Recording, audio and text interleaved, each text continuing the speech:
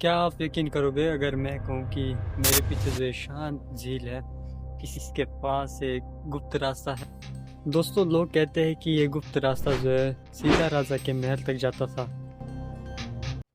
क्या ये सच है या सिर्फ एक कहानी? आज मैं पिंकू आपको एक ऐसी ही मिस्टीरियस जगह के बारे में बताऊंगा जहां माना जाता है कि इस तालाब के पास एक गुफा है जो सीधे राजा के महल तक जाती थी।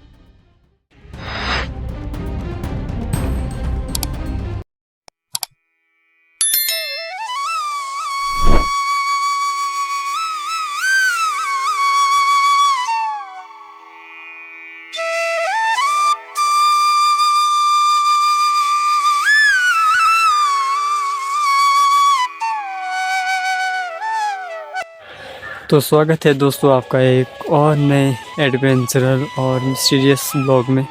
मैं पिंकू आज आपको दिखाऊंगा कि क्या सच में नाहन के रानीताल के पास एक ऐसी गुफा है जो सीधे राजा के महल तक जाती थी, या सिर्फ एक यह कहानी है। तो दोस्तों, बात है असली मुद्दे पे।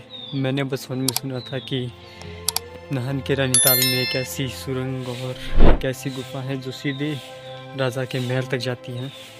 और दोस्तों, कहा जाता है कि जो रानियां होती थी वो इसी सुरंग से यहाँ रानीताल में नहाने और पूजा करने आया करती थी। दोस्तों, रानीताल का इतिहास जितना पुराना है उतना ही ज़्यादा रहस्यमय।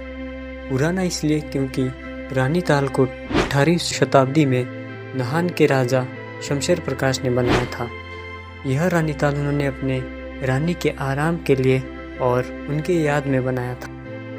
रानीताल का इतिहास इसलिए रहस्यमयी है क्योंकि कहा जाता है कि यहाँ पर बहुत सारी गुफाएं हैं जो कि सीधे राजा के महल से आती हैं, और इन्हीं गुफाओं के ज़रिए रानी जो है वो रानीताल आया करती थी और स्नान एवं पूजा पाठ किया करती थी।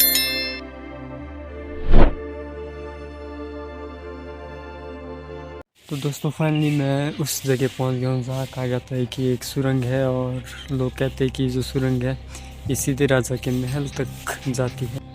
तो नाहन के रानीताल मंदिर के पास ये है वो सुरंग, जिसे माना जाता है कि ये सीधा राजा के महल तक जाती थी। देखिए दोस्तों, इस सुरंग की बनावट और इन पत्थरों को आप सोच सकते हैं कि आज से 200-300 साल पहले यहाँ क्या माहौल रहा था। आज जो सुरंग बिल्कुल बंद है, खंडर हो गई है। कभी इसके अंदर एक पूरी दुनिया हुआ करती थी।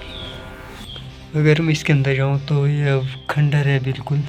ऐसा कहते हैं लोग कि अब इसे बंद किया गया है। तो दोस्तों, यहाँ पे कुछ लोगों से बात करने पे मुझे पता लगा कि ये गुफ़ा जो है वो बंद हो गई है, और चाहे ये गुफ़ा अब बंद हो या फिर खुली हो, लेकिन आप देख सकते हैं यहाँ पे एक गुफा सच में है। जो जगह है ये अपने आप में ही एक, आप कह सकते हैं, लग्जरी है। दोस्तों, अगर आप कभी नहाना हो तो इस जगह ज़रूर आओ और यहाँ पे कुछ सुकून के पल बिताएं।